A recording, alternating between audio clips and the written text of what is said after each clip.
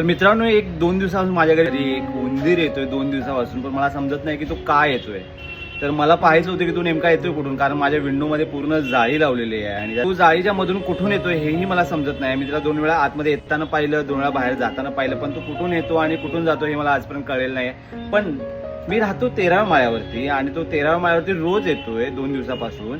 पण तू काय येतोय 2 दिवसापासून, त्याला मला हा प्रश्न विचारायचा आहे. कारण त्याला खाली खायला भेटत नसेल, एवढी मेहनत करून तो आमच्या घरी येतो. आता मी त्याला पकडायचा विचार करणार आहे आणि आता तो पकडल्यानंतर त्याला मला एक प्रश्न विचारायचा आहे, का बाबा काय गरज झाली आहे तुला इथं 13व्या माळ्यावरती, तू काय येतोयस हे मला त्याला आज विचारायचं आहे. आणि त्याला पकडून झाल्यानंतर मला तुम्ही नक्कीच कळवा की उसे मात दिया जाए या छोड दिया जाए.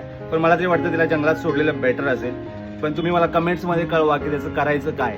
तर मग आपण एक आज मार्केटमधून सापळा आणूया आणि त्याच्यासाठी ट्रॅप लावूया आणि बघूया तो आज आपल्याला भेटतोय की नाही. आणि ते आपण बघणार आहोत पार्ट 2 मध्ये.